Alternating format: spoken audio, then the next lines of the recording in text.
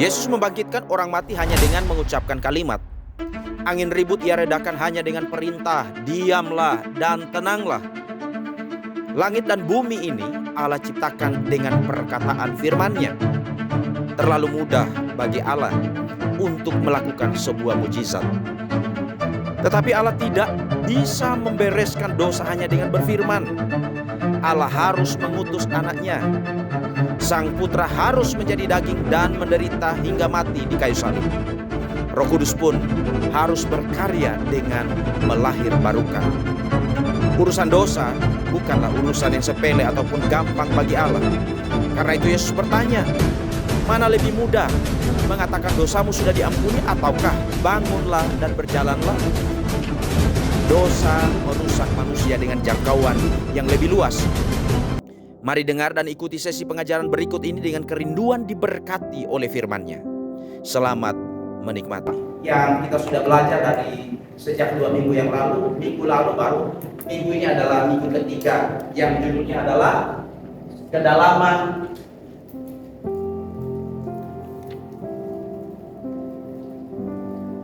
tak terduga dari dosa. Ya, ini judul besarnya. Kedalaman tak terduga dari dosa yang diambil dari Lukas 23 ayat 34a. Apa bunyinya?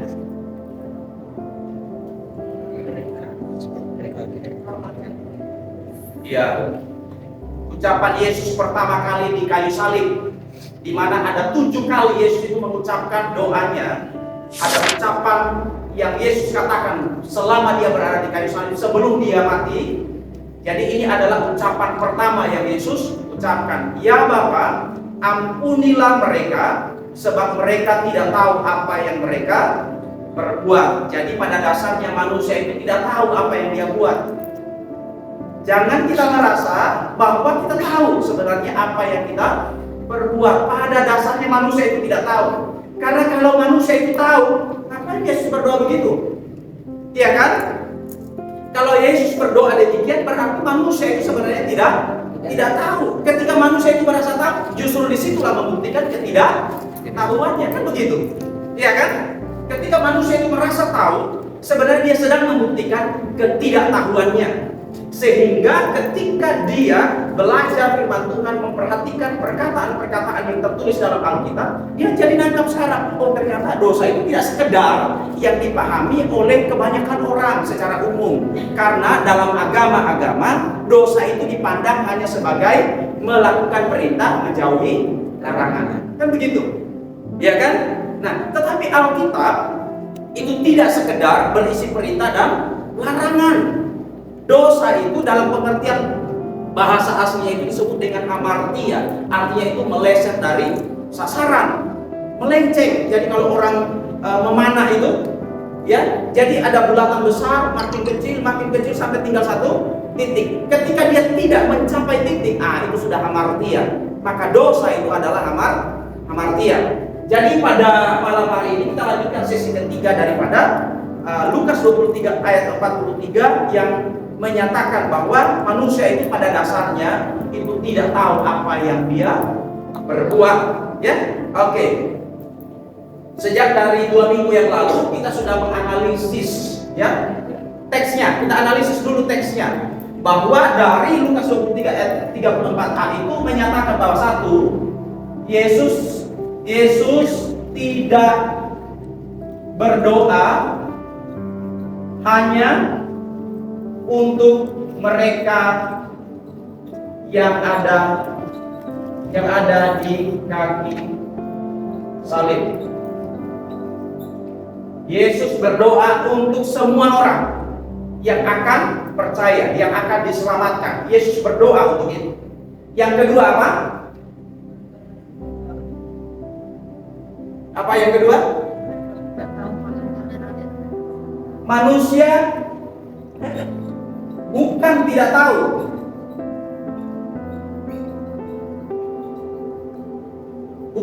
tahu, mengenai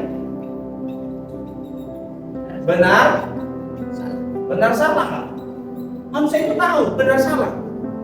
Kita tahu yang mana kiri, yang mana kanan. Jadi bukan karena tidak tahu yang mana dosa, yang mana bukan dosa. Pada dasarnya manusia itu tahu moralitas. Ya, tetapi kedalaman daripada dosa itu apakah dia tahu? Ya enggak. Ya, dia hanya tahu hanya moral yang secara ya tadi itu pelanggaran-pelanggaran, ya. Lalu kemudian itu Yesus berdoa itu yang ketiga adalah karena mereka tidak tahu yang mereka lakukan saat itu adalah dosa. Apakah ada orang menganggap bahwa pada waktu itu mereka melakukan penyaliban kepada Yesus itu karena sebenarnya mereka melakukan kebenaran? Karena apa? Yesus ini mengajarkan ajaran baru. Waktu itu agama Yahudi itu sudah mapan. Agama Yahudi itu sudah lengkap dengan aturan, jangan sentuh ini, jangan sentuh itu, jangan kecap ini, jangan kecap yang ini. Itu larangannya itu jauh lebih banyak daripada sebelah. Betul nggak? Kalau sebelah kan tidak boleh makan babi kan?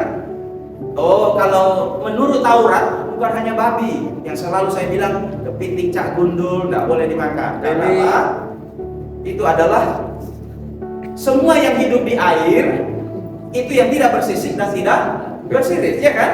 Berarti udang tidak boleh. Pak Hadi penggemar udang. Mau pakai mayones, mau pakai apapun bumbunya yang namanya udang tidak boleh. Lele, balipa tidak boleh. Ya, dan seterusnya. Jadi sebenarnya larangan-larangan bagi agama Yahudi itu sudah terlalu komplit, sudah terlalu banyak. Begitu Yesus hadir, dia memberikan ajaran yang baru. Loh, ini mengacaukan ini agama yang sudah mapan ini. Mereka sudah sustain di situ dengan segala keyakinan yang mereka miliki karena memang tekad mereka untuk hidup sesuai dengan Taurat. Karena apa? Mereka dulu pernah dibuang gara-gara tidak hidup sesuai dengan Taurat.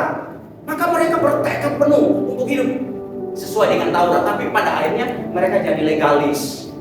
Jadi hidup hanya hukum, tapi tidak ada rohnya, tidak ada spirit untuk memang spirit kemerdekaan. Bagaimana hubungan dengan Allah itu harus dibangun berdasarkan hati. Jadi hanya legal saja, legal. Jadi puas dengan melakukan ya dan tidak, larangan-larangan begitu. Nah itu yang Yesus kemudian itu tentang, dan Yesus memberikan ajaran yang baru, memberikan spirit atau roh terhadap hukum-hukum itu.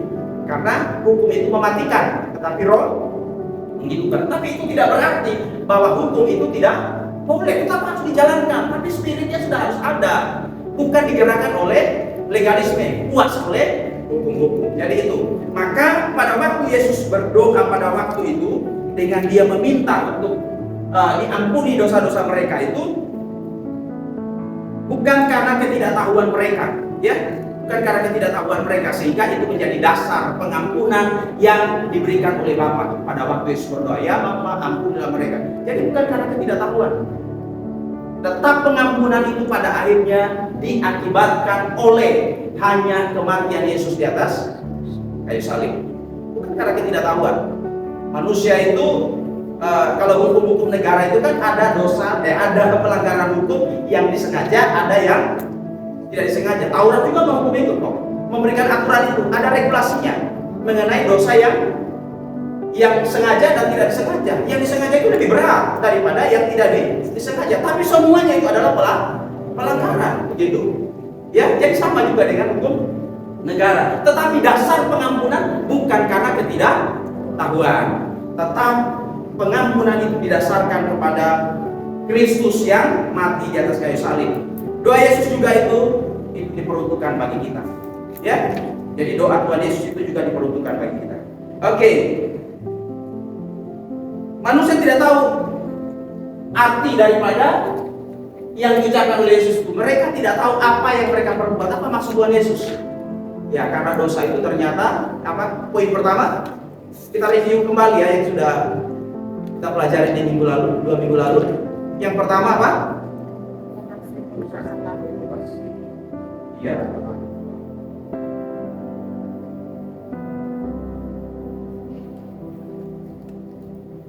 Manusia tidak tahu realitas dari dosa. Apa itu? Maksudnya tidak tahu realitas dari dosa? Karena dosa itu memprovokasi murka Allah. Jadi dosa itu memprovokasi murka Allah. Ya, sudah tahu kan contohnya? Seperti seseorang yang membangunkan singa yang lagi tidur. Kamu pergi jambak, itu singanya, itu bangunkan itu singa yang akan sebentar lagi akan terekam. Jadi dosa itu membuat Allah itu murka. Membuat Allah itu tidak bisa tahan untuk dia tidak murka. Jangan hanya berpikir, oh Tuhan itu penuh kasih. Kita lihat nanti ya. Kita akan lihat kenapa Allah itu murka. Tidak hanya melihat dari sisi kasihnya, tapi nanti akan berkelanjutan bagaimana kita akan melihat kasihnya. Tapi bagaimana sekarang kita belajar tentang dosa itu supaya seluruh keberadaan Allah, sekalipun tidak akan pernah komplit kita mengenal Allah, tapi apa yang telah dinyatakan dalam Alkitab, kita pelajari itu. Kita merenungkan itu supaya apa? Apa yang dinyatakan itu memperkaya kita, dan padanya kita sendiri juga melihat diri kita di hadapan Allah. Betapa luar biasanya kita dicintai oleh Tuhan. Ya, oke. Jadi yang pertama itu adalah manusia tidak tahu realitas dosa, bahwa dosa itu memprovokasi murka Allah. Jadi seperti seseorang yang sedang membangunkan singa yang sedang tidur. Yang kedua, manusia tidak tahu bagaimana bencinya Allah atas dosa. Manusia tidak tahu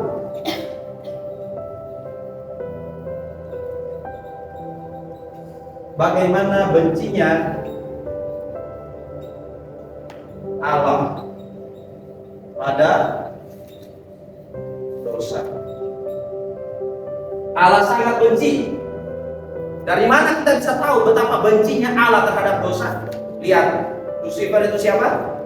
Lucifer itu adalah malaikat terbaik yang ada di dalam kerajaan surga. Malaikat pilihan, pemimpin pujian di sorga. Tapi begitu dia berdosa, diapakan oleh Tuhan? Dia eman-eman? Dia eman-eman? Enggak. Kalau ada barang kita sekalipun rusak, kita eman-eman toh? Enggak langsung buang gitu aja. Bagi Allah tidak. Itu pilihan loh. Berarti Allah sangat benci terhadap dosa. Dosa tidak boleh ada di hadiratnya. Dosa tidak boleh ada di hadapannya. Maka Allah buang itu. Betapa bencinya Allah pada dosa. Bagaimana dengan Daud? Daud adalah raja yang sangat dikasihi oleh Allah. Itu raja yang datang dari hati Allah. Itu bukan hasil dari pilihan manusia melakukan demokrasi. Kita pilih dari beberapa kandidat ini, kita pilih salah satu. Itu Saul. Tapi begitu Daud itu betul-betul dari hati Allah, itu yang dipilih oleh Allah. Tetapi begitu Daud jatuh dalam dosa, apa yang terjadi? Oh, Tuhan hajar. Tuhan tidak eman-eman. Tuhan tidak biarkan begitu saja. Tuhan tetap harus menghukum Daud. Itu berakibat kepada keluarganya, berakibat kepada kerajaannya. Berakibat kepada dia. Daud itu kan dosanya apa? Berzina. Ya, melihat istrinya Uria, Bathsheba itu. Lalu kemudian itu akibat dari hal itu terjadilah apa? Pembunuhan, kekacauan di dalam keluarganya. Anak yang dikandung oleh Bathsheba itu sendiri pertama itu adalah mati. Lalu keluarganya itu saling bunuh-membunuh. Ada kudeta di dalam kerajaannya yang pada akhirnya kerajaannya sendiri juga terpecah. Itu yang terjadi. Itu siapa itu? Itu kerajaan dari hati Allah itu. Jadi jangan seorang pun menganggap karena dia sudah dianugerahi oleh Allah, dipilih oleh Allah, kita pikir Tuhan itu tidak akan melakukan sesuatu yang menghukum setiap orang yang dicintainya. Justru Alkitab bilang, anak yang kukasih, kutegur dan kuhajar. Jadi yang dikasih itu bukan disayang-sayang begitu saja, ditegur dan kuhajar. Kenapa? Karena dosa itu terlalu besar akibatnya. Nah, dari hal ini kita bisa melihat bahwa ternyata dosa itu sangat-sangat dibenci oleh Allah. 3. Apa? Manusia tidak tahu akibat, ya, akibat dari dosa, yaitu neraka. selama-lamanya.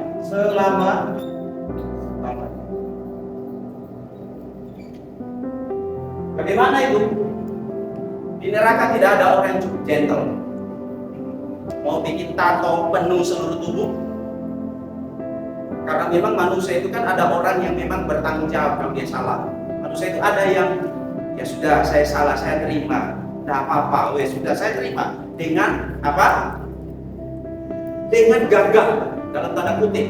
Dia menerima hukuman. Ada manusia begitu sekalipun, ada yang pengecut. Yang pengecut itu biasanya begitu dia ditunjukkan salahnya, alibinya banyak. Soalnya begini, soalnya begitu. Jadi dia tunjuk sana, tidak pernah bertanggung jawab. Nah, ada yang manusia model begitu. Tapi ada manusia, orang yang begitu salah, dia mengaku salah dan dia terima konsekuensi itu. Di neraka tidak ada yang seperti itu. Semua akan meratap. Dan Alkitab bilang, di sana akan ada ratap tangis dan kertak gigi. Kenapa? Dia menyesal. Dia tidak bisa lagi itu gagah seperti dulu. Dia tidak bisa lagi itu gentle seperti dulu. Sekarang dia akan hanya menangis dan terus menangis. Untuk apa? Berada di kekekalan.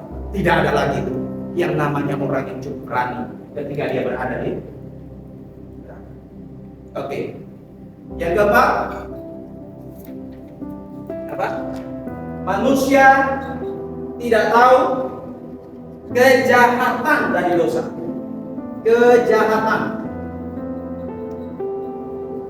dari dosa. Jadi dosa ini dikontraskan, diversuskan dengan apa? Penderitaan. Ya, itu kita bahas minggu lalu. Sejujurnya yang kita hindari selalu kan penderitaan. Manusia itu selalu menghindar sedapat mungkin dijauhkan dari penderitaan. Tujuan manusia itu secara alamiah, nalurinya itu dia cari bahagia, lalu menjauhi yang namanya penderitaan. Kan begitu. Manusia itu pada umumnya begitu. Mau di Afrika, mau di Amerika, mau di Indonesia, mau di daleman, semuanya itu menjauhi yang namanya penderitaan, lalu kemudian mengejar yang namanya bahagia. Kan begitu toh? Tapi pertanyaannya, seberapa banyak orang menghindari daripada yang namanya dosa? Dosa kalaupun dihindari itu karena itu memalukan. Sebenarnya yang dia jaga mukanya, nama baiknya, reputasinya. Jadi bukan karena dia sadar bahwa dosa itu memprovokasi murka Allah. Bukan karena dia sadar bahwa Tuhan itu benci terhadap dosa. Bukan. Tapi karena memang demi dirinya sendiri ketika dia tidak melakukan dosa. Manusia pada umumnya hanya menghindar dari yang namanya penderitaan. Sehingga isi doa kita pun adalah isinya apa? Coba apa isi doa kita? Daftar doa kita itu isinya apa? Coba. Berkati ini, lindungi ini, sertai ini. Coba. Itu kesimpulannya apa? Menjauhi penderitaan, mengejar yang namanya. Kan itu isi doa kita. Iya kan? Kita selalu berdoa supaya dilancarkan ini, disertai, berjalan bersama Tuhan. Karena apa? Sebenarnya aku takut kalau saya gagal berhadapan dengan kesulitan yang tidak bisa saya atasi. Ya itu baik, tidak salah. Tapi kalau hanya semata-mata itu, nah kita lupa bahwa ternyata sebenarnya Allah itu betul-betul itu tahu bahwa manusia itu tidak sadar akan kejahatan daripada dosa, sehingga manusia hanya cenderung menghindari yang namanya penderitaan, tapi dia tidak benar-benar menghindari yang namanya dosa. Terlalu dalam dosa itu, terlalu jahat dosa itu. Dia lebih jahat dari penderitaan. Orang menderita aja kita sudah langsung anggap jahat kan? Ada kejahatan terjadi di dalam diri. Tidak ada seorang itu berdamai dengan penderitaan. Tidak ada. Kalau ada yang berdamai dengan penderitaan, itu agak kurang. Karena semua manusia pada dasarnya tidak suka terhadap yang namanya penderitaan. Tidak ada orang yang terlahir untuk bercita-cita menderita. Semua orang bercita-cita ingin hidup itu damai, ketenangan, entah itu secara mental, entah itu secara fisik, entah itu secara sosial dengan orang lain dan seterusnya. Kita bisa kembangkan, kita bisa perluas. Tapi yang jelas Manusia itu menghindari yang namanya penderitaan, padahal dia tidak tahu bahwa dosa itu terlalu jahat. Oke, 4 hal ini kita sudah pelajari di dalam 2 minggu yang lalu. Sekarang kita akan masuk kepada poin berikutnya untuk topik ini. Saya hapus ya. Dipahami tadi yang baru pertama kali hadir? Ngerti Pak? Ya, dari poin-poin ini ngerti ya?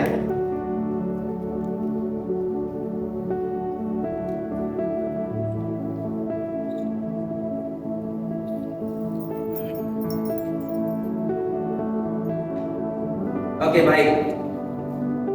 Pada umumnya orang itu mengerti tentang dosa itu hanya pelanggaran-pelanggaran hukum ya. Itu konsep agama.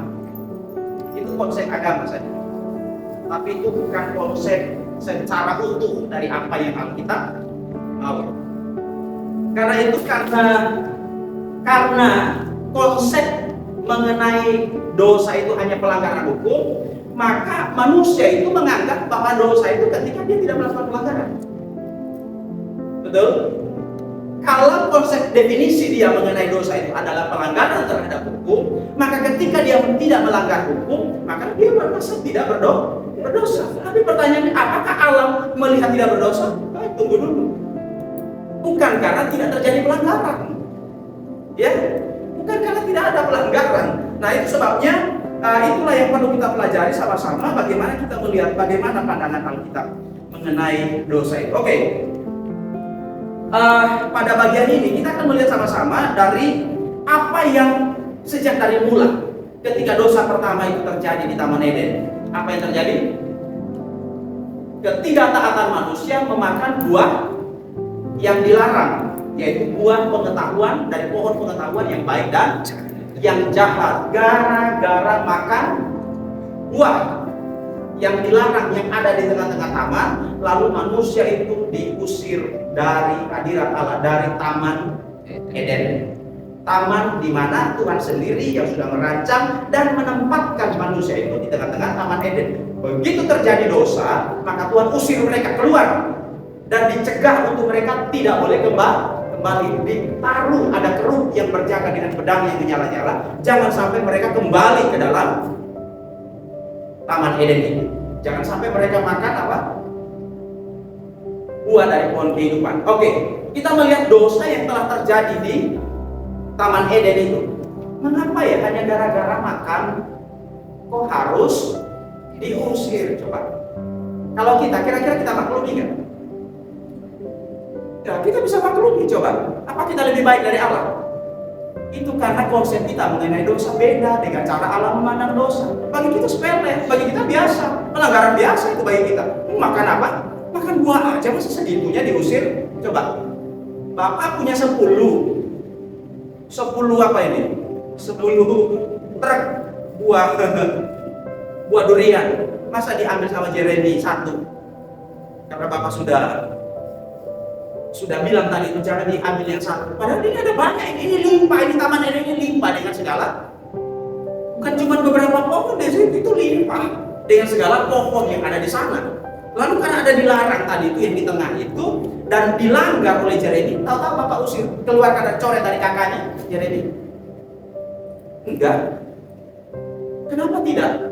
Karena bagi kita pelanggaran seperti ini bisa dimaklumi, tapi bagi Tuhan tidak.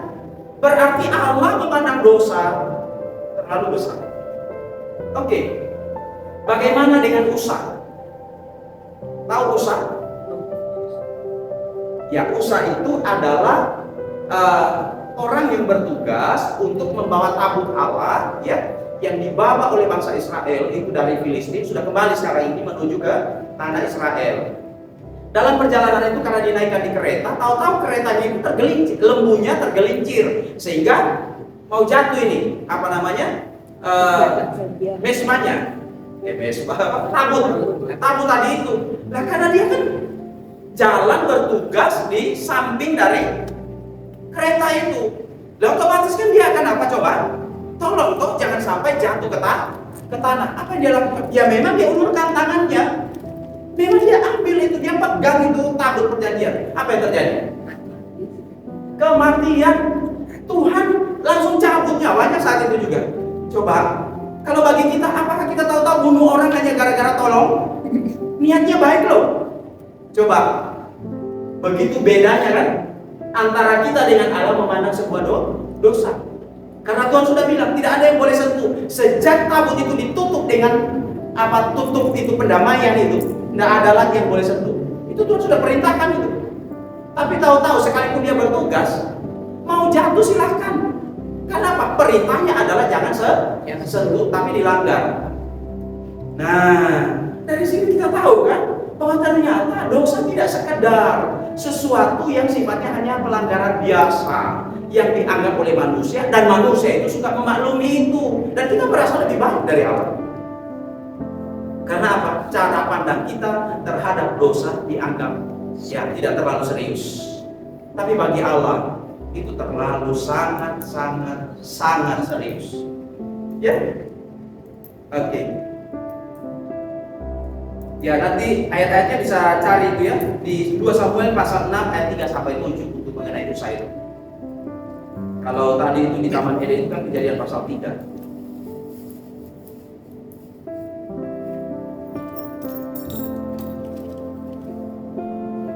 Ya, biasanya anak kecil itu apalagi sudah mulai belajar merangkak, ya, anak kecil ya, belajar merangkak, mau berdiri, biasanya kan apa saja benda di sebelahnya itu akan dia tarik, termasuk taplak. Iya kan? Betul ya? Pernah lihat begitu? Anak kecil yang belajar jalan, biasanya apa saja yang dia di sebelahnya itu, dia akan tarik, dia akan jatuhkan itu. Pernah lihat ada mama ibu-ibu gara-gara anaknya pecahkan vas bunga, terus dibunuh anaknya? Ada? Tidak ada kan? Ya gendeng. Kalau ada orang tua bunuh anaknya gara-garanya vas bunga jatuh. Tapi kenapa ya Allah lakukan itu ya? Coba, nah habis pikir kita kan? Nah habis pikir kita. Sekali lagi, ini mengingatkan bagi kita bahwa memang dosa itu terlalu sangat-sangat serius bagi Allah. Oke, dalam bagian ini kita akan melihat sama-sama Tuhan yang memandang dosa itu begitu serius ini. Ternyata memang kita juga diajak untuk melihat sebenarnya betapa kudusnya pribadi Allah dan bagaimana putranya Yesus Kristus itu datang ke dunia untuk menyelesaikan dosa. Yesus datang ke dosa, dia ngapain? Tujuan utamanya apa? Dia sembuhkan orang yang lumpuh, orang sakit kusta. Betul, itu bagian. Tapi itu bukan tujuan utama. Tujuan utama Yesus bukan untuk sembuhkan si kusta, bukan memelekkan mata yang buta, bukan membuat mendengar orang yang tuli. Bukan. Tujuan utama Yesus adalah membereskan yang namanya dosa. Karena dosa potensi besar membuat manusia tidak punya harapan, dan itu menjadikan manusia binasa selama-lamanya. Ingat, penderitaan mana tadi? Poin ketiga, poin keempat, penderitaan hanya berlaku, dia punya durasi. Hanya sampai di mana? Di kematian. Sudah selesai. Semua penderitaan kita itu temporary. Dia terbatas. Tapi dosa itu sampai selama-lamanya akibatnya. Yang kita hindari itu, yang kita coba itu berusaha untuk tidak mengalami penderitaan, itu pun kalau saja ya kita itu kotor saja. Begitu ya. Katakanlah menderita sampai nafas terakhir ya hidupnya, tapi kan akan selesai dengan kematian. Semua akan ditelan oleh kematian, penderitaan yang pernah kita alami dalam hidup. Makanya Alkitab bilang, berbahagialah mereka yang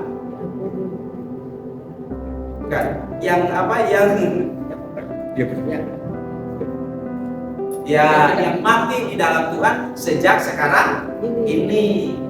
Sungguh kata Roh, supaya mereka boleh beristirahat dari semua jerih lelahnya. Kenapa dunia ini banyak jerih lelah? Di dunia ini sudah banyak penderitaan, banyak air mata.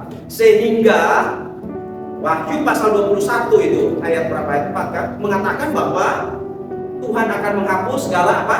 Air mata mereka. Maut tidak ada lagi. Dosa juga sudah tidak ada lagi. Karena dosa tidak ada, apakah ada maut? Ya tentu tidak ada. Karena upah daripada dosa ialah maut, maka maut tidak ada. Karena tidak ada lagi maut, maka tidak ada juga penderitaan. Kan begitu. Jadi urut-urutannya adalah dosa dulu yang harus dibereskan. Dalam kekekalan tidak ada lagi dosa, tidak ada yang berbuat dosa. Itu ayat yang yang di Jalan Suci ini loh. Tidak ada orang pandir yang akan berjalan di jalan kudus itu bicara kekekalan itu. Tapi di organisasi Jalan Suci masih ada nggak? Ya, kita sudah tahu. Tidak ada yang bisa membebaskan diri daripada yang namanya di dunia ini masih ada dosa. Ya. Jadi yang tidak ada itu hanya di kekekalan, tapi bukan berarti ya sudah bikin aja, toh juga akan tetap ada. Yang bukan itu maksudnya. Kita bicara fakta sesuai yang dituliskan oleh Alkitab, bahwa kelak ketika kita sudah masuk dalam kekekalan itu sudah tidak ada lagi dosa.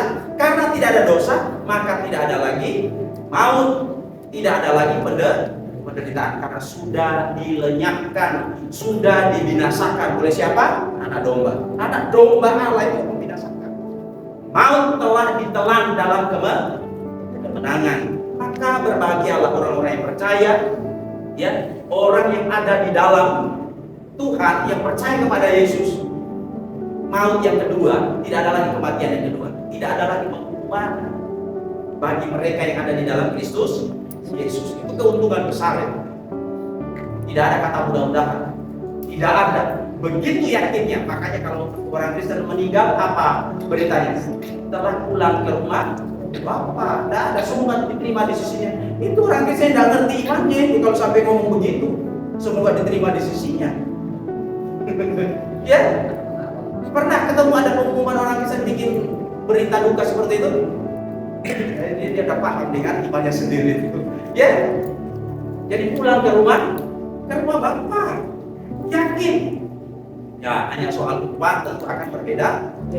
Tiap-tiap orang itu sesuai dengan perbuatannya selama hidupnya yang menerima bagian. Oke, ya, ini adalah untuk kita memahami betapa Tuhan itu melihat dosa bukan hanya perkara biasa, tetapi betul-betul sangat-sangat serius. Saya mengutip dari yang namanya seorang Puritan, Bapak gereja ya, tokoh gereja yang namanya itu William, nanti bisa browsing.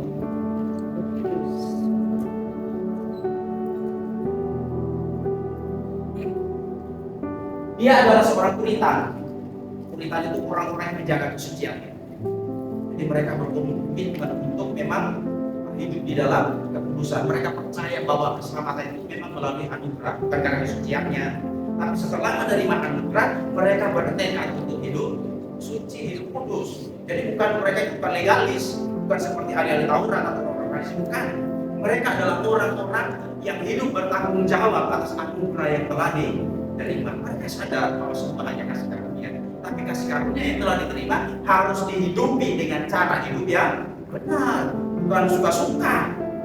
Kalau suka-suka itu pertanda dia tidak paham itu kasih karunia itu. Dia menganggap kasih karunia itu murah, cheap grace namanya itu. Itu bukan anugerah yang sejati. Anugerah yang sejati itu dia harus menghormati anugerah itu. Kenapa? Begitu berharga, dia tidak bisa bayar. Ya kan? Dia tidak bisa tebus. Dia tidak bisa kembalikan, itu terlalu besar hutangnya. Maka dia bertanggung jawab. Jadi bukan dia sudah sekarang suka-suka kita. Toh kita ini kan mau merdeka, kita ini hidup harus mengikuti jadilah dirimu sendiri. Itu kata New Age Movement sana. Jadilah dirimu sendiri. Ya sudah, ikutilah kecenderungan hati kita ini yang memang tinggal di dalam daging, yang memang berdosa. Manusia itu begitu. Ya, jadi kita harus menurut firman Tuhan, firman Allah. Alkitab bilang, firman-Mu pelita bagi kakiku, terang bagi jalan. Maka firman Tuhan harus menerangi setiap langkah-langkah kaki kita. Oke. Apa yang dikatakan oleh William Plumer ini,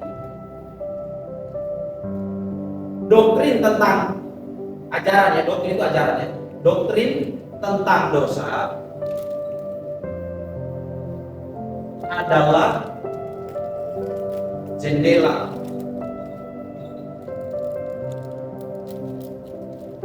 yang memperlihatkan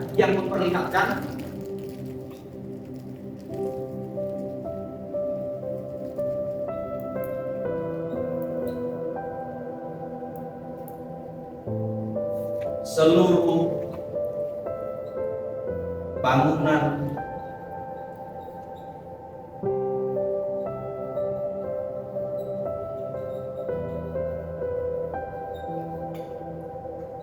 ini kutipan dulu, ya. Apa yang dikatakan oleh William Plumer ini, doktrin tentang dosa adalah jendela. Jendela kan untuk melihat keluar, ya. Jendela yang memperlihatkan seluruh bangunan teologi. Apa itu teologi? Teologi itu bukan sekolah teologi sana. Bukan sekolah yang harus duduk mempelajari semua seluk-beluk Taurat, bukan itu maksudnya. Tapi apa saja yang kita pahami tentang Allah, itu namanya sudah berteologi. Bahkan seorang ateis sekalipun dia punya teologi. Teologinya apa? Bahwa Tuhan itu tidak ada. Itu namanya teologi. Tidak ada manusia itu tidak berteologi. Semua manusia itu berteologi. Cuma teologinya rumit apa tidak, itu saja. Dia mau sederhanakan, yang aku tahu pokoknya yang aku percaya Tuhan itu ada. Ya itulah teologimu. Ya, dia sedang berteologi. Itu sama dengan orang bilang begini, saya tidak makan kedelai, tapi dia minum soya, susu soya. Susu soya itu apa? Ya sehari kedelai, cuma diganti nama aja. Tapi makannya tahu tempe, dikasih petis. Yo itu juga apa? Ya kedelai. Nah, aku makannya apa? Kalau soalnya bukan dari kedelai, bos. Yang bahannya dari kedelai. Maksudnya adalah bahwa kedelai itu adalah bahan dari kedelai, dari soya dan seterusnya. Makanan-makanan yang bahan bakunya adalah kedelai. Jadi tidak ada orang yang tidak berteologi. Even dia seorang ateis sekalipun, dia berteologi. Nah, maka supaya kita jadi tahu kalimat yang diucapkan oleh William ini, bahwa ajaran tentang dosa itu adalah jendela yang memperlihatkan seluruh bangunan pemahaman seseorang itu tentang ketuhanan. Ya, teologi, teo itu kan Tuhan, ya. Logi itu kan ilmu, begitu. Ilmu tentang ketuhanan, begitu. Jadi bukan urusannya dengan legalisme sana, bukan. Tapi berkaitan dengan pemahaman dia. Ketika pemahaman itu dikaitkan dengan apa saja. Oke. Nah, William ini mengatakan apa? Dia bilang begini, katakan kepadaku,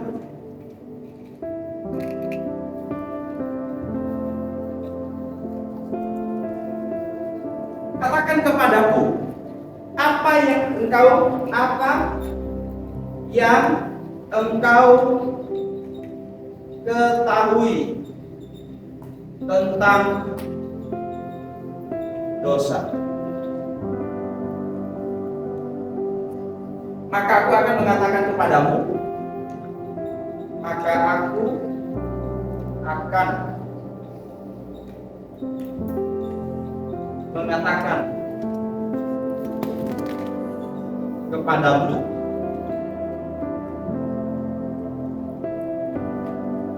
apa yang engkau pikirkan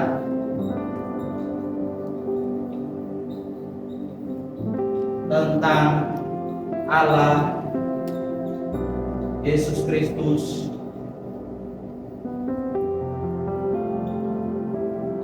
dan Roh Kudus. Waktu baca ini, ada yang langsung tahu? Ada yang nggak paham? Langsung tahu nggak? Kira-kira coba baca kemana? Katakan kepadaku apa yang kau ketahui tentang dosa, maka aku akan mengatakan kepadamu apa yang engkau pikirkan tentang Allah, Yesus Kristus dan Roh Kudus. Dia mau mengatakan bahwa kalau kamu mengatakan tentang dosa, bahwa dosa itu sepele, ya sudah. Bahwa urusan Allah itu tidak terlalu peduli amat dengan dosa. Cukup aja ngomong aja kali ya. Ternyata Allah dalam Alkitab itu bukan Allah yang hanya bicara saja dari surga sana dan tidak pernah jadi manusia yang turun ke dalam dunia ini, mengutus anaknya yang tunggal untuk datang menyelamatkan, mati, taat sampai mati. Lalu kemudian itu Roh Kudus tidak perlu juga insafkan orang kok tentang dosa. Ya cukup aja ajari orang itu, didik orang itu, ya berikan aja pendidikan, berikan motivasi untuk hidup benar begini dan begini.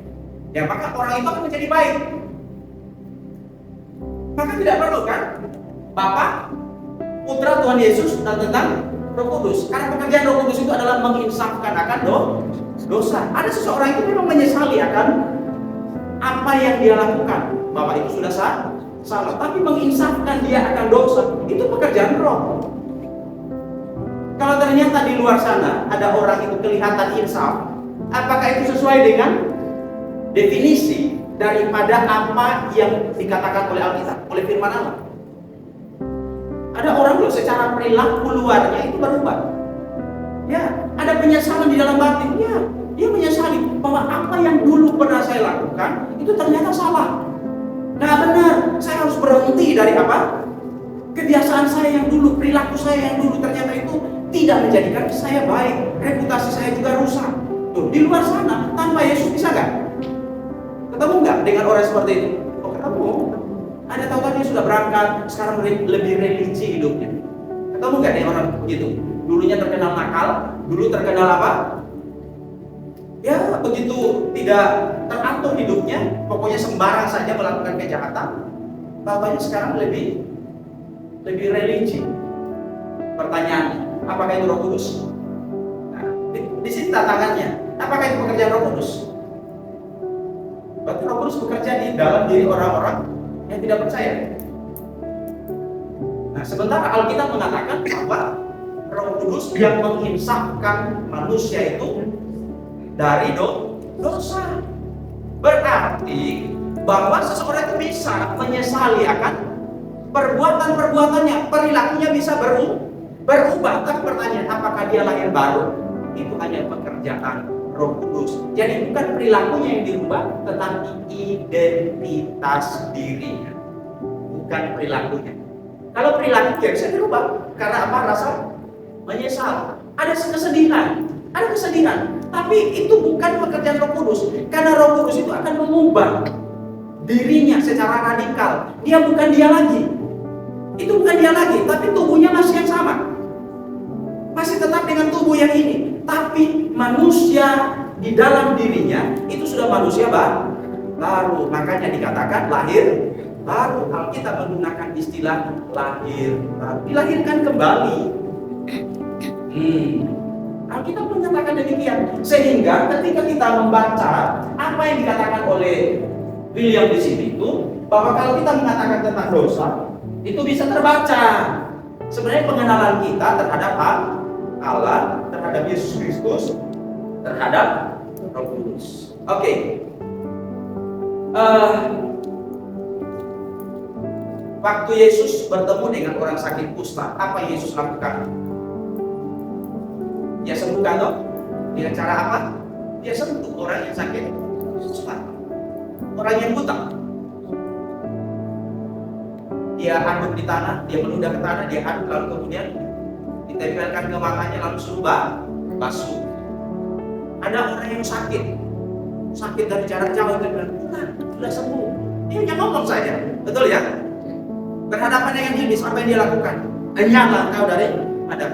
Waktu Tofan mengamuk, waktu badai terjadi, pada waktu mereka berlayar dengan murid-muridnya, apa yang Yesus lakukan? Diam dan tenanglah. Dia perintahkan hanya dengan perkataannya, tapi dengan dosa. Yesus suruh diam saja dosa, berhenti dosa. Sudah gitu aja. Nah, coba.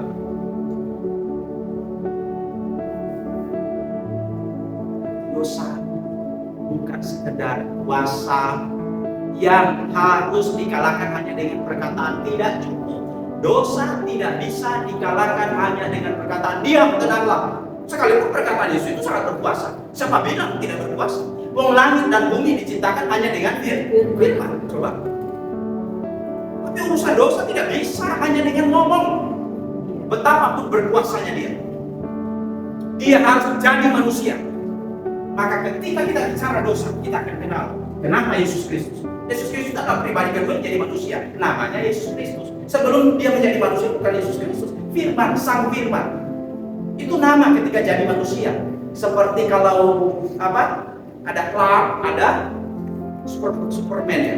Clark dengan Superman kan. Kalau disuruh buka bajunya itu sudah jadi apa? Superman. Tapi begitu dia pakai baju biasa itu namanya Clark.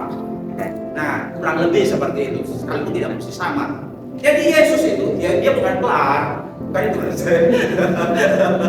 ya, maksudnya adalah Yesus itu adalah Sang Firman. Tapi sekarang dia menjadi manusia. Dia mengambil rupa sama dengan manusia. Karena apa? Manusia yang harus diselamatkan dari dosa. Bahaya dosa terlalu besar. Sehingga dia harus menjadi daging. Supaya apa? Disalibkan. Karena manusia itu daging.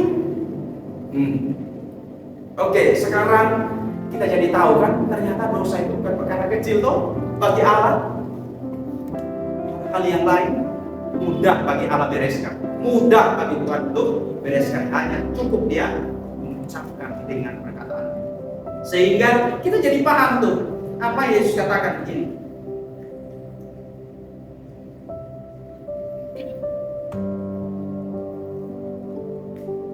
Silakan dibaca Matius 9 ayat 5. Matius 9 ayat 5. Markus 2 ayat 9. Lukas 5 ayat 23.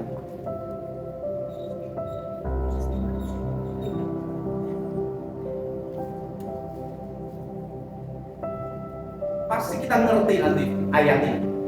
Karena sudah ada penjelasannya. Silakan. Saya sendiri tidak ngerti itu.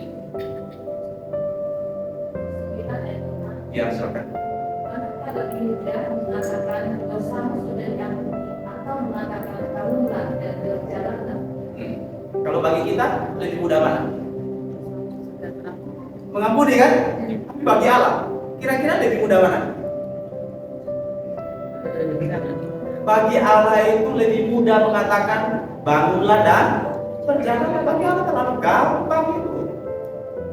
Bagi dia tidak dengan berurusan dengan dosa untuk diampuni. Markus 2 silakan.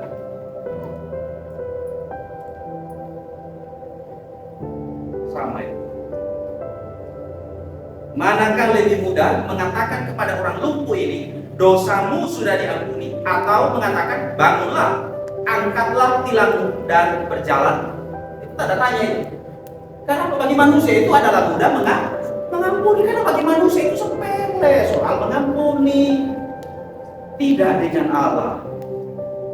Dia dealing, dia transaksi dengan dosa itu dengan dirinya sendiri. Lukas 5 ayat 23. Manakah lebih mudah mengatakan dosamu sudah diampuni atau mengatakan bangunlah dan berjalanlah? Nah, semua tanda tanya kan?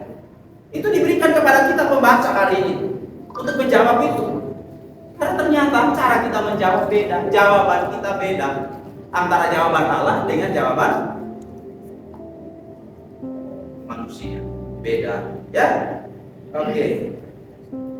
Mazmur 19 ayat 12. Mazmur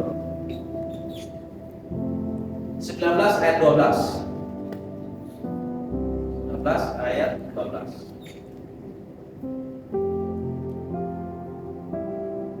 Silakan baca bentar. Lagi pula hambamu diperingatkan oleh semuanya itu. Ayat 12. Siapakah yang dapat? Mazmur 19 ayat 12. Siapakah yang dapat mengetahui kesesatan? Bebaskanlah aku dari apa yang tidak kusadari. Iya. Ayat ini mengatakan, siapakah yang dapat mengetahui kesesatan? Nah, orang semua sesat kok. Saya sudah pernah bilang dulu, tersesat di hutan, ya, tahu tersesat di hutan, tapi dia tidak tahu jalan pulang, itu masih lebih baik. Tersesat di hutan, kemarin ke mana? Gunung Asu ya. Saya lihat story-nya soalnya. Ketahuan deh.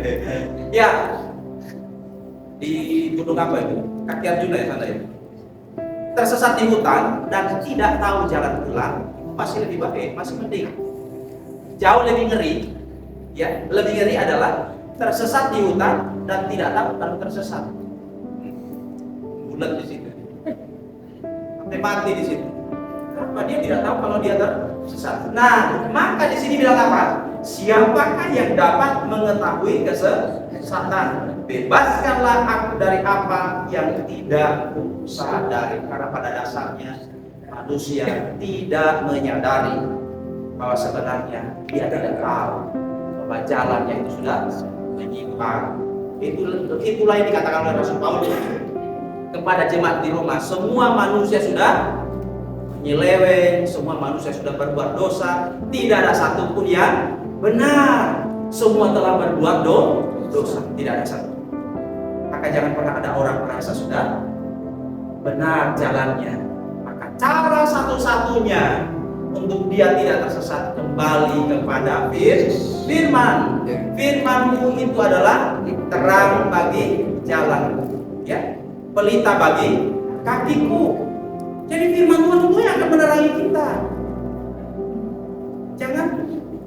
Jangan cari orang sakti. Itu bisa bohong itu. Firman itu tidak bakalan kemana itu. Ya, firman itu sudah pasti itu. Kalau ada orang A bilang begini tapi berbeda dengan firman, sudah jangan dengar, sebagus apapun dia, sedermawan apapun dia, sehebat apapun pelayanannya, kalau tidak cocok dengan Alkitab sudah skip.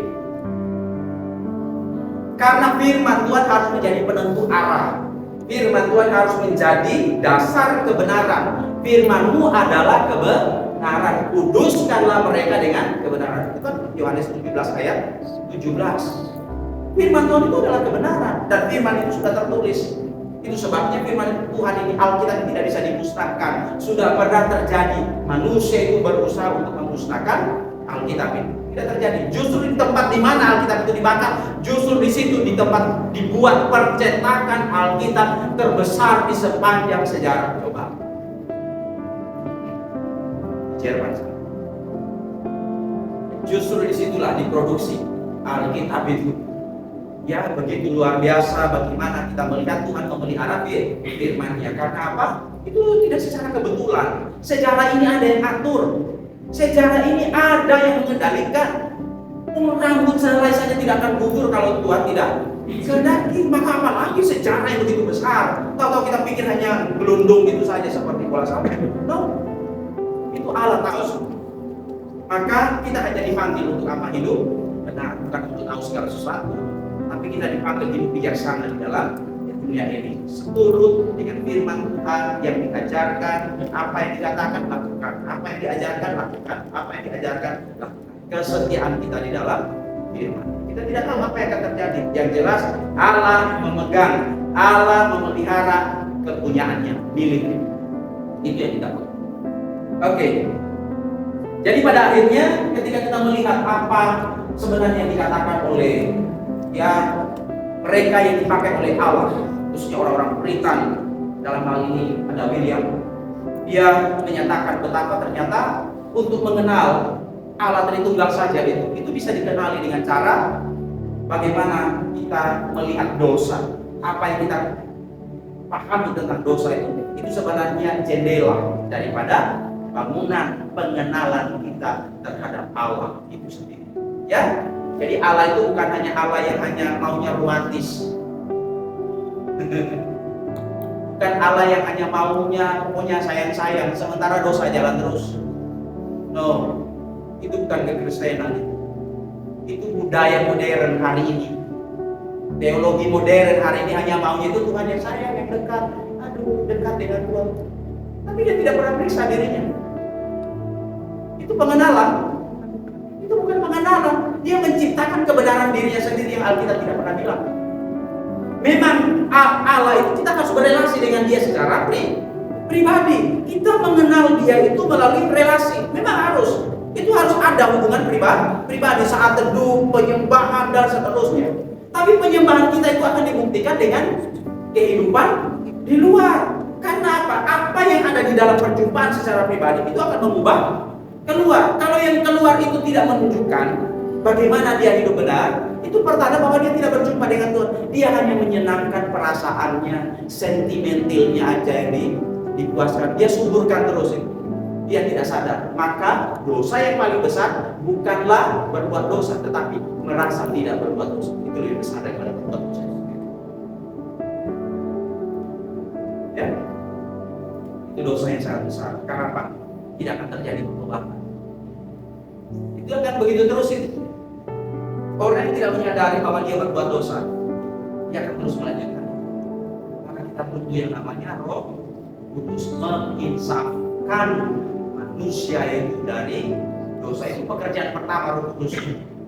Karena apa? Itu tujuan Yesus Kristus. Roh Kudus itu memuliakan Yesus Kristus. Yesus Kristus itu memuliakan Bapa. Begitu cara kerja Allah Tritunggal. Bukan berarti Bapa lebih besar, bukan.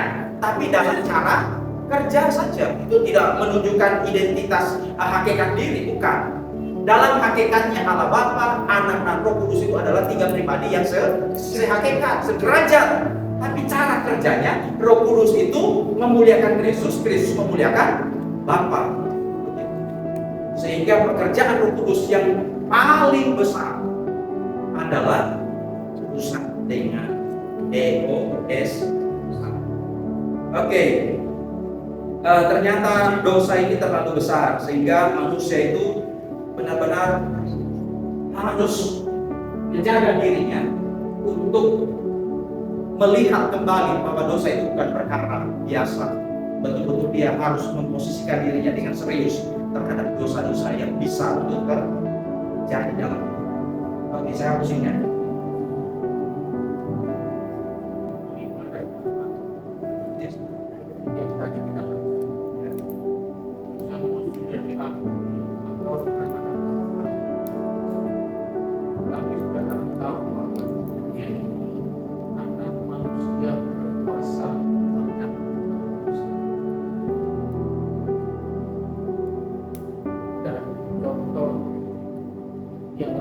Yesus jumpa dengan perempuan Samaria dan subur dalam jalan bersama. Perempuan itu yang mengusahakan. Contoh lain, perempuan yang berzina, banyak orang akan menilai kenapa Yesus menulis di tanah. Ya. Lalu siapa yang tidak bisa boleh? Ya. Dan Yesus kan makanya Yesus mengampuni. Ya. Ya. Ya. Kalau Yesus datang mengampuni, Ya. pada waktu contohnya kita kembali pada kerajaan. Kenapa sampai ada keputusan dari Allah kalau Yesus harus Ya. Ya. pada Yesus Mengucapkan tadi itu. mengucapkan Ya. mengampuni dosa orang. Ya. Selesai. Ya. Kenapa harus sampai berkorban? Ya. Maksudnya itu. Ya. Karena memang yang diselesaikan oleh Yesus dengan kematiannya di atas kayu salib itu adalah akar dosa itu sendiri. Jadi membinasakan daripada yang namanya dosa yang memang sudah berakar, membereskan persoalan utama manusia. Nah, tadi kan mengangkat kalimat-kalimat yang diucapkan oleh Tuhan Yesus ketika dia mengampuni dosa. Yang pertama yang harus kita pegang adalah Yesus itu adalah Tuhan, dia bukan manusia, dan itu yang membedakan dia adalah sebagai Allah. Jadi bukan dia meneduhkan badai. Dia banyak nabi-nabi juga melakukan mujizat. Jadi kalau ada orang mau menunjukkan Yesus itu adalah Tuhan itu dengan menunjukkan mujizat, itu bukti yang tidak kuat itu. Bukti yang paling kuat itu adalah ketika dia mengampuni dosa. Itu pertanda bahwa dia adalah Allah. Karena yang punya hak untuk mengampuni dosa hanyalah Allah. Itu yang pertama. Ya. Jadi Yesus buktikan dirinya bahwa dia adalah Allah ketika dia mengampuni dosa. Oke, apakah ketika dia mengucapkan kalimat pengampunan, aku pun mengampuni engkau dan jangan berbuat dosa lagi, ketika dia mengucapkan itu, apakah pengampunan itu sudah terjadi kepada Bapa di hadapan Allah? Belum. Nanti selesai setelah mati di atas kayu salib. Seluruh utang dosa kita itu dibereskan. Oke. Biasanya kalau kita bikin video itu kan ada teasernya. Ada iklannya di depan. Tapi apakah itu isi seluruhnya? Ya enggak. Itu hanya apa? Iya, karena dia lebih berkuasa. Ada cuplikannya di depan. Atau misalnya kayak kemarin buka toko, kan belum langsung grand opening toh. Masih ada shop opening. Jadi Yesus semacam shop opening dulu. Itu memberikan apa? Dia apa itu? Dia bukan hanya tangan kanan, bukan. Dia pemilik surga dan dia mengucapkan itu. Tetapi dosa itu baru benar-benar secara legal itu ditutup, ya diselesaikan itu adalah di atas kayu salib, dan itu dosa dianggap sebagai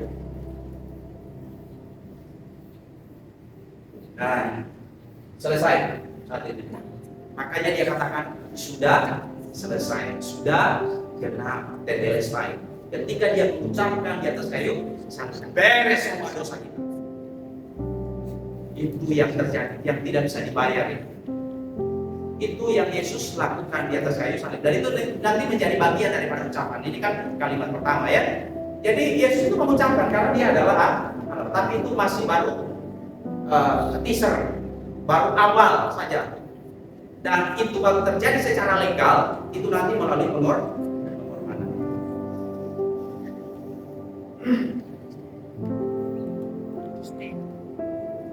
Ya. Satu poin dulu ya, kita selesaikan. Sudah jam berapa? Oke, dari 4 tadi yang awal itu kan kedalaman dosa itu, sekarang sudah sampai ke 5. Apa itu? Dosa itu kita tidak tahu. Karena apa? Kita tidak tahu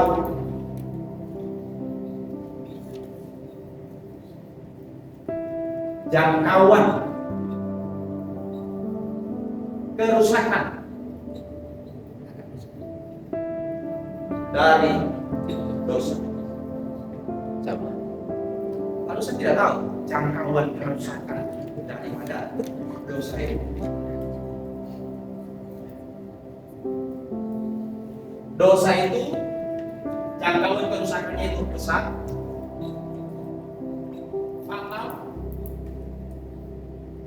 dan berkelanjutan.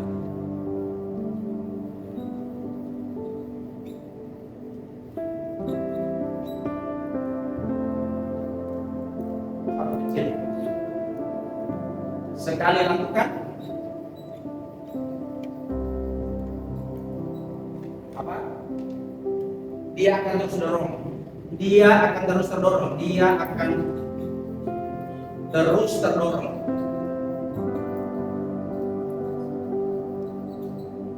untuk lakukan lagi.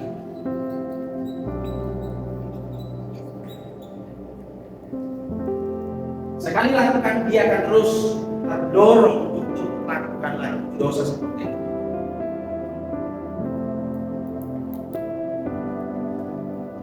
Dia lakukan 1 kali, dia lakukan 2 kali, dia lakukan 3 kali. Makanya di penjara itu ada residivis. Kalau penjara itu bisa menghentikan, harusnya tidak ada residivis. Tapi buktinya ada residivis. Bukankah penjara itu tidak enak? Iya kan? Iya kan? Ada yang cita-cita mau masuk penjara kan? Kenapa ada residivis? Residivis itu adalah orang yang sudah masuk penjara, keluar, masuk lagi, keluar, masuk lagi. Itu residivis namanya. Ya, jadi orang yang terus-menerus masuk. Karena apa? Sekali lakukan, dosa itu mendorong dia itu untuk lakukan lagi. Yang kedua, sekali lakukan, ia akan masuk pada dosa yang lain. Ia akan masuk pada dosa yang lain. Ada varian baru. Jadi bukan hanya makanan, ada variannya. Jadi dosa itu punya varian yang baru. Begitu lakukan satu, dia tidak mungkin tunggal hanya itu saja. Dia akan lakukan dosa yang lain. Bagaimana Daud? Ya, dosanya Daud terus yang tidak taat. Apa yang dilakukan oleh Daud? Ketika dia jatuh dalam dosa perzinahan, dia merancang pembunuhan suami daripada wanita yang telah dia nodai. Ya kan? Dia bunuh Uria, suami daripada Bathsheba. Setelah dia bunuh, dia ambil jandanya. Supaya apa? Itu pencitraan. Pencitraannya apa? Oh, saya menanggung janda-janda yang tidak mampu, yang tidak diperhatikan. Padahal dia sudah apa? Dia sudah nodai. Kan begitu. Nah, dia melakukan dosa berikutnya, kemunafikan. Coba. Jadi dosa itu dia tidak pernah tunggal, dia akan muncul lagi. Dia akan muncul lagi dengan varian-varian tambahan, varian yang baru. Oke, yang ketiga, sekali lakukan, ia akan terikat di dalam. Ia akan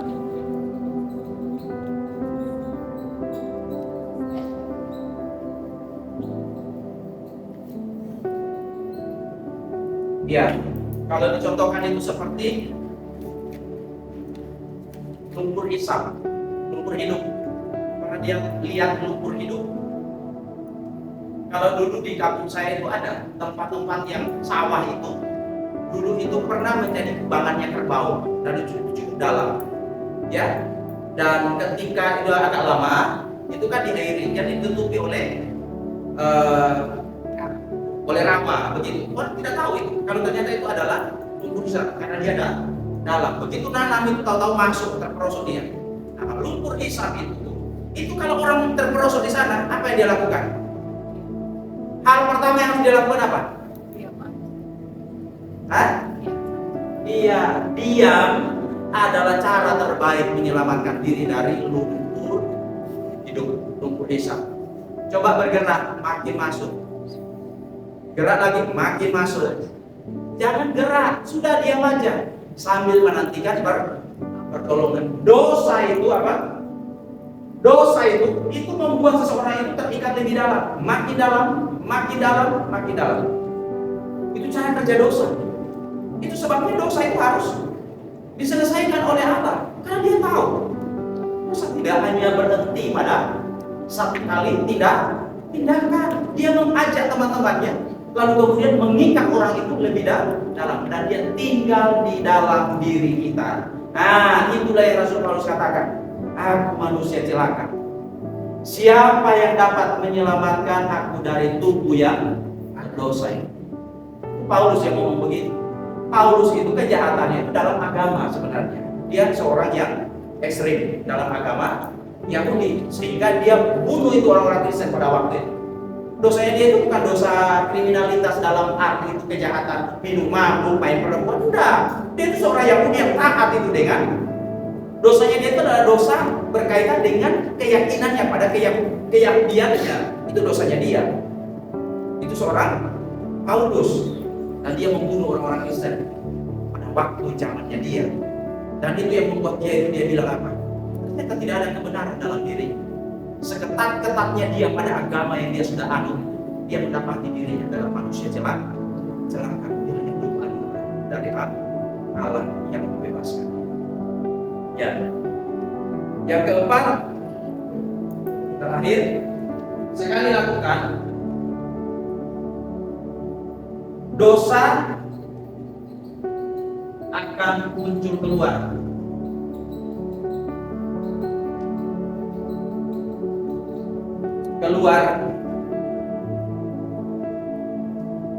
Ke ruang publik.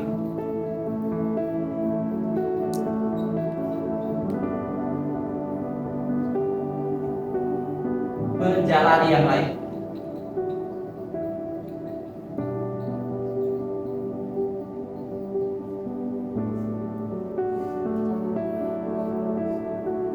Dosa itu tidak hanya dilakukan di ruang privat, Dia akan keluar, itu hanya soal waktu saja. Itu hanya soal durasi saja. Dia akan tiba saatnya, dia nanti akan keluar. Dia akan keluar sendiri. Sesuatu yang disembunyikan, itu pada akhirnya dia akan terungkap sendiri.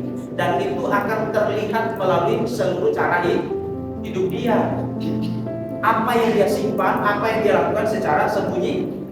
Tidak ada yang tidak akan dibuka. Pada akhirnya itu akan terbuka sendiri. Oke. Roma 5 ayat 12 mengatakan begini.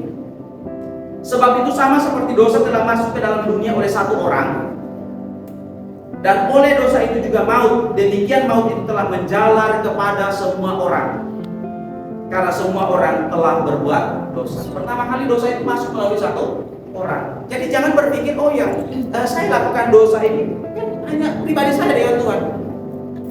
Kita pikir itu hanya urusan pribadi kita. Itu ini bisnis saya, ini urusan saya. Nggak usah campur-campur. Kalau saya berdosa kan urusan, saya masuk surga, masuk neraka urusan. Kan banyak kita dengar begitu toh. Ngapain ngurusin kehidupan orang lain? Urusi aja apa dewe. Begitu kan, itu yang sering kita dengar. Masalahnya dosa itu mempengaruhi orang lain, dia menjalani orang lain. Dia seperti COVID. Virus itu. Ada orang bilang begitu, lah kan kalau saya mati. Masalahnya kamu nulari orang. Kan begitu. Iya kan?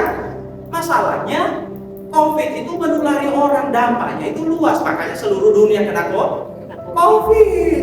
Berbeda dengan diabetes. Diabetes kan ya kamu makan ya urusan udah nular itu. Iya kan? Atau asam urat kan gak nular. Ya beda dengan COVID. Asam urat ya memakan kacang itu silakan karena itu urusannya dengan awak dewe. Iya kan? Tapi kalau soal penyakit menular itu harus dijaga, dan dosa itu seperti itu. Dia menjalari hal-hal yang manusia yang lain. Nah, Alkitab bilang itu dosa itu masuk melalui satu orang. Melalui siapa? Adam. Dan itu manusia itu sekarang terpolusi oleh dosa. Jadi begitulah cara kerja daripada dosa. Jadi dari 5 poin ini kita melihat bahwa ternyata seseorang yang berdosa, dia harus segera berurusan dengan Tuhan. Dia menghadapkan dirinya dengan Tuhan. Dia memohon Roh Kudus itu berbelas kasih terhadap dia supaya disingkapkan segala sesuatu yang dia tidak paham, yang dia tidak sadari. Terus minta kepada Tuhan. Dan itu yang dilakukan oleh orang-orang Kristen. Mereka bukan orang yang hanya menghina diri dalam arti itu tidak merdeka. Nah, mereka tetap merdeka. Mereka menjalankan kehidupan yang kekristenan ini merdeka. Tapi mereka menjaga kesucian diri mereka. Dan menurut saya, orang-orang Puritan ini adalah salah satu yang Tuhan pernah bangkitkan dalam sejarah gereja menjadi teladan bagi orang percaya, bagi mereka hidup, bagaimana mereka hidup dalam kesucian mereka.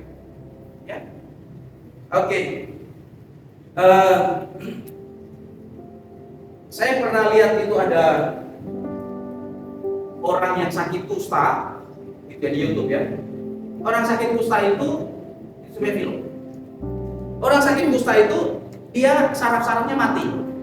Karena saraf-sarafnya mati itu ketika dia pegang ketel tempat air panas itu ya. Itu dia sentuh itu karena sarafnya mati, dia nggak tahu kalau itu panas.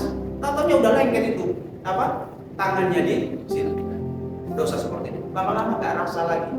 Makanya nanti ketemu dengan orang-orang bikin dosa itu mau dia. Itu ada dia tidak sadar karena memang kerja dosa seperti itu bikin mati rasa. Jadi kalau ada orang itu suka-sukanya itu karena dia sudah kehilangan kepekaan dirinya.